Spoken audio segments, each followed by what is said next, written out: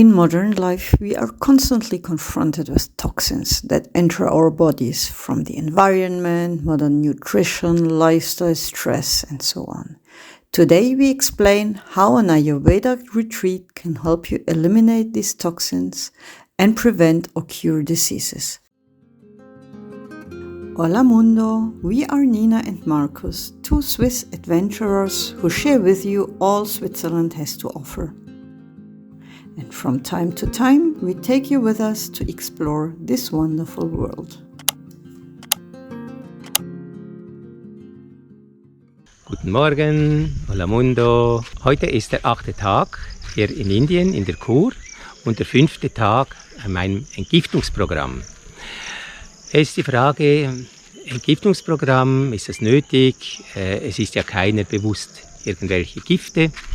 Was sind denn das überhaupt für Gifte, die wir da unserem Körper zuführen? Eines der schönen Beispiele für mich ist Salz. Wenn wir kein Salz essen, dann werden wir sterben. Und wenn wir zu viel Salz essen, dann sterben wir auch. Das heißt, alles ist Gift oder nichts ist Gift, die Menge ist entscheidend. Und so müssen wir schauen, was wir unserem Körper zuführen. Wenn wir zum Beispiel schauen, was vielleicht auf einer Kekspackung ist, jetzt okay, Kekse ist nicht das Gesündeste, das weiß jedermann, aber gibt mal ein Suppenpräparat, so ein Briefchen, das man mit Heißwasser anschmeißen kann oder so, mal schaut, was da eigentlich für Zutaten drauf sind, dann stolpert man ab und zu über irgendwelche E-Nummern und man stolpert über irgendwelche Säuren, oder irgendwelche Aromen, die zwar lecker sind, die zum Teil lecker klingen, manchmal versteht man es gar nicht, aber oft ist das gar nicht das Natürliche, das wir zu uns nehmen sollen. Das ist meist so beim industriellen Nahrungsmitteln sehr, sehr oft der Fall. Und jetzt kommt das, dass eben die Menge entscheidend ist. Wie oft ernähren wir uns so? Und dazu kommt, dass in industriell gefertigten Produkten sehr oft Stoffe, die wir eigentlich nicht haben möchten und die nicht so gesund klingen, für den Verarbeitungsprozess benötigt werden. Ich denke da zum Beispiel an Apfelsaft. Habt ihr euch schon mal überlegt, weshalb bei geklärtem Apfelsaft nirgends irgendwo das Label vegan drauf ist? Es ist doch gepresster, gekochter Apfel, wird gepresst, wird vermanscht und dann pasteurisiert und irgendwo in eine Flasche abgefüllt. Müsste doch eigentlich 100% vegan sein. Aber ihr findet keinen Vegankleber auf dem. Und das liegt darin, dass gewisse Inhaltsstoffe verwendet werden im Verarbeitungsprozess, die zwar nach dem Verarbeitungsprozess, nach der Klärung wieder rausgesiebt oder rausgenommen werden, wie auch immer das geschieht. Und deshalb sieht man dann dieses Produkt nicht in der Zutatenliste, weil es wurde ja wieder entnommen. Der Inhaltsstoff, die Information, vor allem die Information von dieser Substanz, die ist drin, die kommt mit dem Getränk oder mit der Mahlzeit in unseren Körper und die wird einfach abgespeichert. Sehr viele Sachen können auch nicht verdaut werden, die legen sich auch ab in unserem Darmtrakt.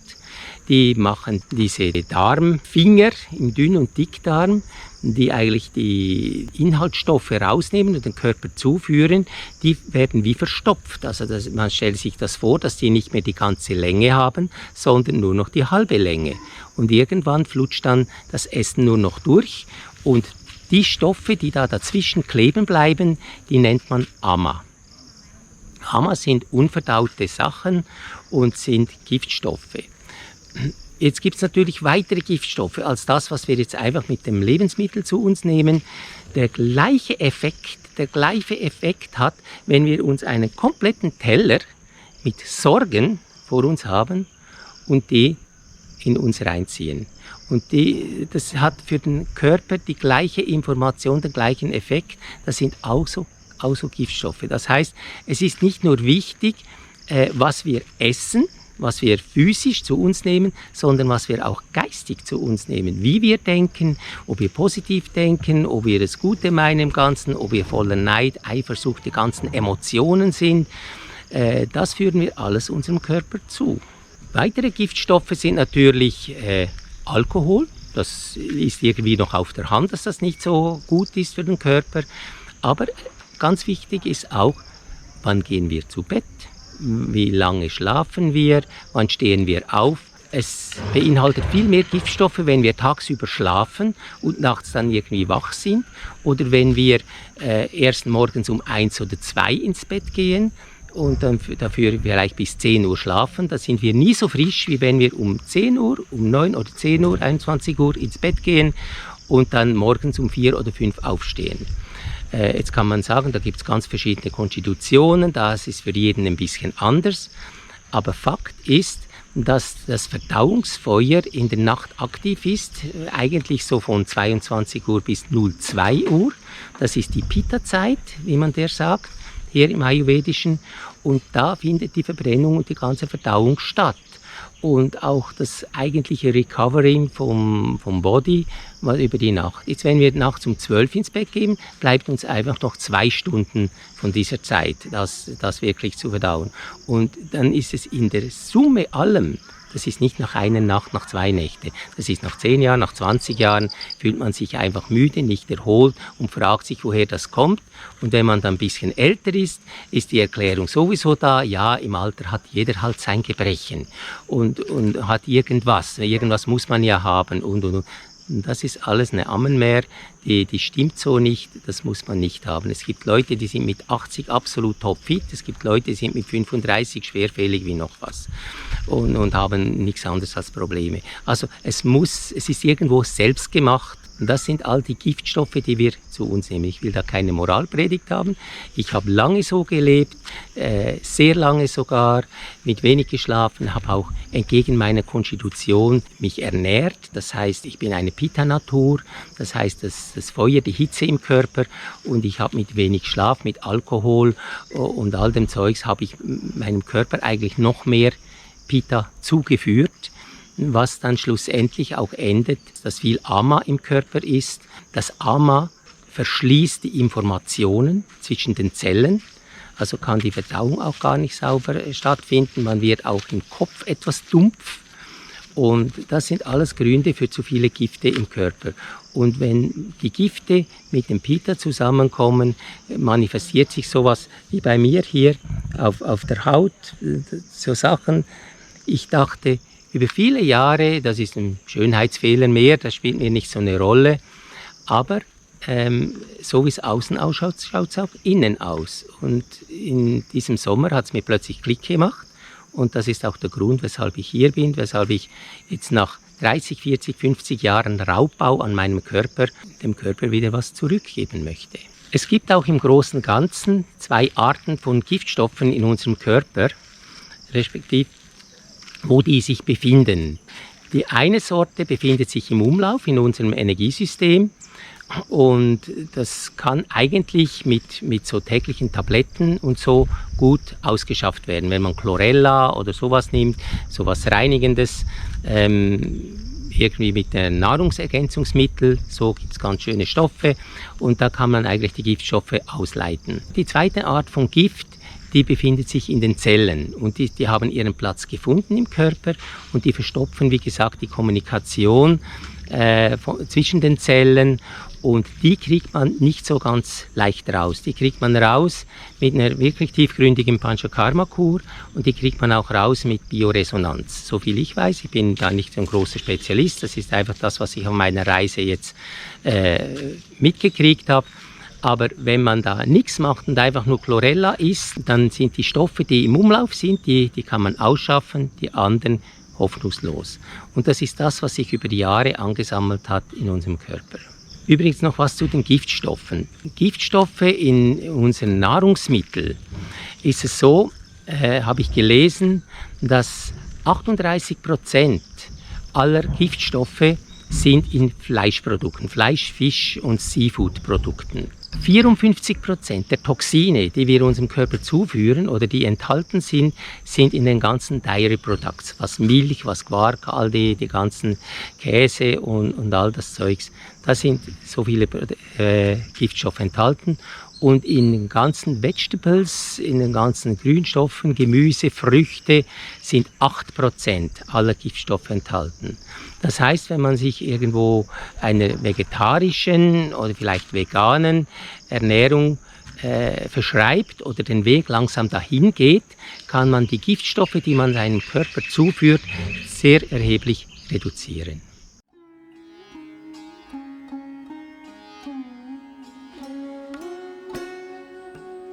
And if you're interested in doing also an Ayurvedic retreat in India or somewhere else in this world, check out our brand new ebook.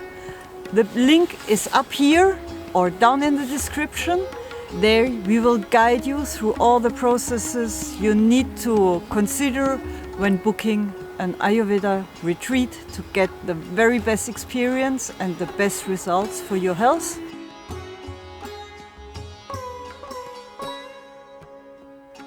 So today we are generally talking about the Panchakarmas.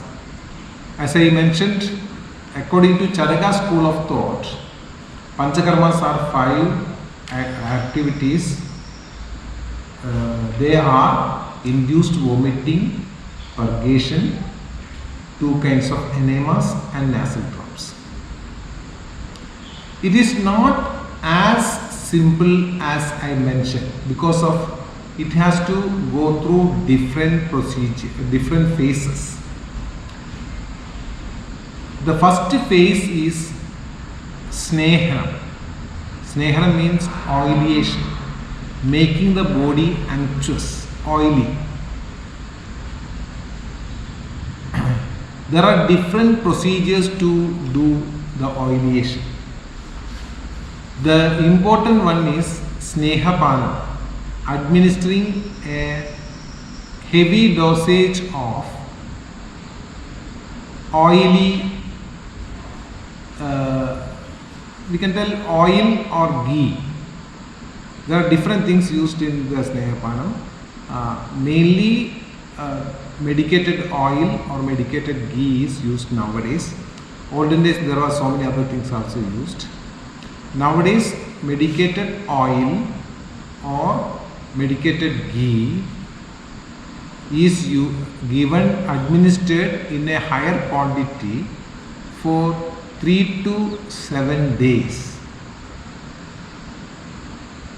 This is called oilation or Snehanam. When we do this kind of treatment, the toxins in the tissues get separated from the tissues. These separated toxins is again heated. That is called Swedana. Swedana means some kind of sudation treatment, making you sweat. The first phase is oilation or Snehanam. The second phase is Swedana, making to sweat, sudation treatments. So when we make you sweat, what happens? I mentioned during Snehanam, the toxins get separated from the tissues. These separated toxins, when we heat the body or when we do the sudation treatment, these toxins will get dislodged from its position and it will start to melt down and it will be accumulated in the intestine. First phase is oilation, Snehanam. At the time of Snehanam, the toxins get separated from these tissues. Then when we heat the body, the separated toxin will get dislodged from its position and it will be melting down and it will be accumulated in the intestine. These toxins which is accumulated in the intestine is eliminated out through major procedures called Panchakarmas. Vor 2 Tagen habe ich das Entgiftungsprogramm mit dem sogenannten Abführtag beendet. Da kriegt man am Morgen um 6 Uhr so ein schwer auflösliches Pulver mit ein bisschen Wasser. Trinkt man das, dann etwa eine Stunde später krummelt es im Magen und vielleicht eine halbe Stunde später geht man das erste Mal zur Toilette und dann wird das Ganze abgeführt. Die Giftstoffe, die sich über diese Kur, über diese Zeit im Magen versammelt haben, wird es quasi aus dem Körper, aus dem Darm geschwemmt. Und das dauert dann so 8, 9 Sitzungen. vielleicht 10-mal, geht man dann über die nächsten 7, 8, 9 Stunden, geht man dann aufs Klo und entledigt sich den Giftstoffen. Das muss alles feinsäuberlich rapportiert werden. Man kriegt so ein Excel-Sheet quasi, ein ausgedrucktes, wo man dann schreiben kann, wie das weggeht, mit welchem Geräusch das weggeht, mit welchen Krämpfen oder Schmerzen oder was auch immer, wird feinsäuberlich dokumentiert. Das Ganze wird von den Ärzten sehr gut begleitet. Man kriegt an keinem Tag so viel Besuch von Ärzten, von verschiedenen Ärzten, wie an diesem Abführtag. Also man ist in sehr guten Händen. Und nichtsdestotrotz, über alles gesehen, ich habe einige Sachen gehört schon von Leuten, die Panchakarma-Kuren gemacht haben, wie das schlimm ist und was das für ein schrecklicher Tag ist. Kann ich so eigentlich nicht bestätigen. Bei mir war alles soweit gut. Ich hatte morgen 2-3 Mal ein bisschen stärkere Krämpfe. Und nachher war es einfach wie wenn man halt so einen Tag mit Dünnpfiff hat. Ja, es bleibt nicht allzu viel Zeit zwischen dem Moment, wo es sich ankündigt und bis man dann auf der Toilette sein sollte. Das ist dann ein bisschen kürzer als sonst und sonst ist es eigentlich ganz erträglich. Da ich sehr viel Pitta habe und sich das im unteren Bereich vom Körper sammelt, dann wird eigentlich die Ausscheidung ganz normal anal gemacht. Es gibt auch Ausscheidungen, die dann über das Erbrechen erfolgen. Das sind dann eher die Kapha-Geschichten, die sich da so in Lungen-, Bauchgegend ansammeln und so. Das wird dann oben raus exportiert. Aber da ich ja fast reines Pitta bin, das heißt sehr viel Hitze in meinem Körper habe, geht das unten raus. Gestern war ein sehr, sehr ruhiger Tag. Ich habe gegen Abend eine Ölmassage gekriegt und ansonsten ist man dann ein bisschen für sich da. Man kriegt zwar wieder 3 Mahlzeiten am Tag, aber immer 2 Schälchen. Das eine Schälchen ist immer so eine Art Reissuppe oder ich weiß nicht genau, wie das heißt oder wie sich das nennt. Das ist so ein Reisschrot mit Wasser. Und das andere Schälchen ist dann irgendwie was ganz leicht Erträgliches, ein Gemüse, ein geschreddertes Gemüse mit verschiedenen Stoffen drin noch, Gewürzen drin. Also eigentlich recht lecker und sehr, sehr, sehr bekömmlich. Das ist so der Tag danach gewesen. Gestern haben wir auch noch das Programm für die kommenden Tage besprochen. Der Arzt hat mir gesagt, dass es Stirngüsse geben wird, um das Pitta zu reduzieren, und zwar Stirngüsse mit Buttermilch. Ich habe ihn dann gefragt, wie das ist, weil häufig wird ja der Stirnguss mit Öl gemacht. Und er hat gesagt, ja, Öl reduziert das Vata, aber es ist viel direkter, wenn man mit Buttermilch gegen das Pitta arbeitet. Das Vata zieht zwar Pitta auch runter, das ist so, aber wenn das Pitta dermaßen hoch ist und das Vata nicht übermäßig hoch, dann gehen Sie direkt mit Buttermilch dran, weil das Pitta schön reduziert. It does not mean that just after Panchakarma we are going to be a new person or the healing process is complete. It is not. Because as I mentioned, when we do the Panchakarma, only the cleansing program happened or the cleaning of the channels happened. The toxins which are accumulated in the intestine or accumulated in the channels, it will be removed. As a result, the channels will be open properly. The channels will be open and proper circulation will be implemented. Or it could have reverse the proper circulation in the body, removing the blockage and restructuring the proper circulation to the cells. So when you go back after Panchakarma, the healing begins. So just after Panchakarma, the healing begins. only. So that is why there is a third phase of rehabilitation for post Panchakarma phase is very important. Because the healing begins. So when you go back after Panchakarma, your body will be like a sprouting plant. How do we take care of a sprouting plant? You have to give proper shelter, proper water, proper fertilizer, or something like that, proper oxygen, proper carbon dioxide, whatever it may be, prana, everything has to be given. So proper food, nourishment and atmosphere we have to provide for the maximum healing of the body, or in the other way we are talking about the plant. When you go back, it is very important that we have to maintain proper diet, regimen and medication. It is very, very, very important. Then only we can get the maximum benefits. Shrim Hrim Klim Klaum Ganganapadayin Varavarada Sarvajanameva Samanaya Swaha.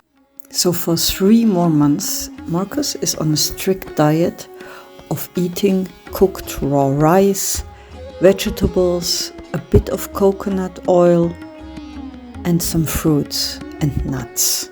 That's it.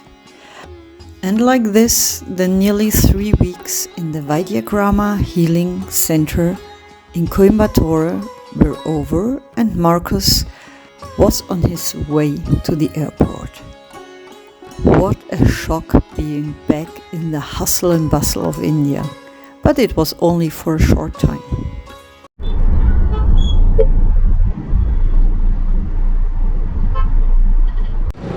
So schnell vergeht die Zeit. Ich sitze jetzt hier in der Abflughalle in Coimbatore und warte auf meinen Flug via Chennai nach Delhi. In Delhi, he had a one-night layover in a hotel close to the airport. So, mit viel Verspätung bin ich nun im Hotel angekommen, hier im Aerocity. Toilette, Dusche. Es ist alles da, vom Safe über den Föhn, da unten ein paar Schuhe, da alle Tücher, wunderbar. Von allem was da. Schrank, Fernseher läuft auch schon, interessiert mich zwar nicht. Da ist Schreibtisch, Tee kann ich jetzt dann auch noch machen, das ist sehr schön. Und das ist das Zimmer. Wunderbar.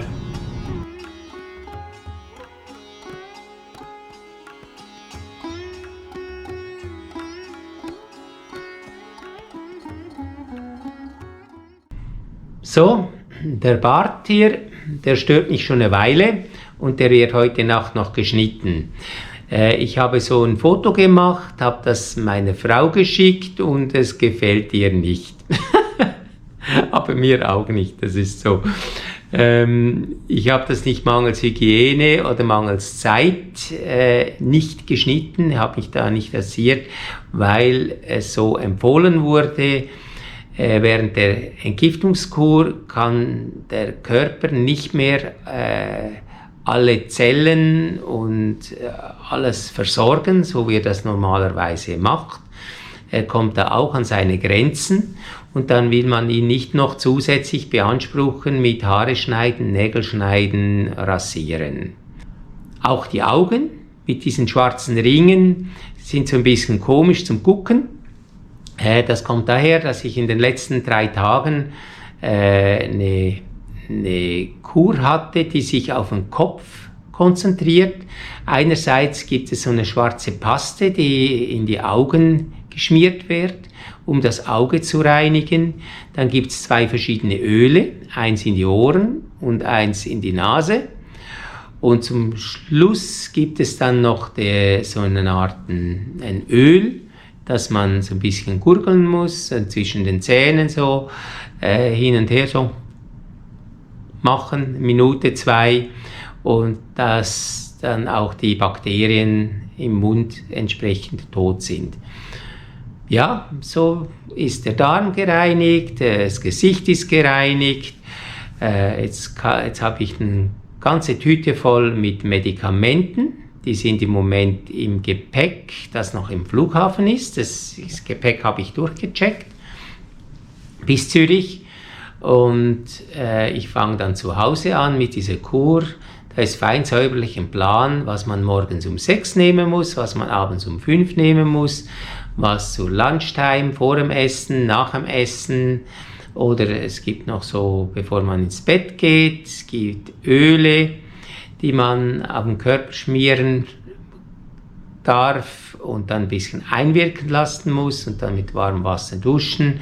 Ist eigentlich so ein komplettes Programm für die nächsten 3 Monate. Die Ärzte haben gesagt, dass die Heilung, die eigentliche Heilung beginnt, wenn man zu Hause mit diesen Medikamenten arbeitet. Die Zeit, die man im Ayurveda-Zentrum verbringt, da wird der Körper einfach gereinigt und bereit gemacht, damit danach die Energien fließen kann, damit die Zellen wieder kommunizieren können und dass die eigentliche Heilung dann auch schlussendlich beginnen kann.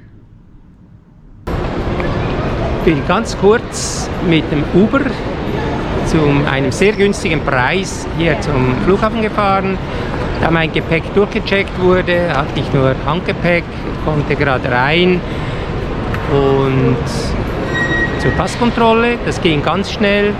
Was dann länger gedauert hat, war dann die Gepäckdurchleuchtung. Hat sehr viele Leute da.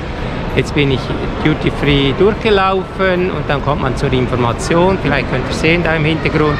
Da geht man hin, schreibt seinen Namen und die Passnummer auf und dann kriegt man einen Code für die nächsten 3 Stunden Internetzugang. Und sollte der Flieger Verspätung haben und das nicht reichen, dann geht man einfach nochmal, dann hat man frei Internet. Ja, jetzt suche ich mal mein Gate und dann geht schon bald los. In 1,5 Stunden ist planmäßiger Abflug. So, thank you for watching, and if you're interested in more Ayurveda content, this Ayurveda series about Marcus' treatment is not over. As you have heard, there is 3 months of treatment he has to follow back home. So we will come up with an update about how he's doing, and also we will share some Ayurveda recipes. So this is something new on the channel, cooking with Nina and Marcus. So stay tuned, subscribe, give us a like if you enjoyed it, and see you soon. Hola mundo!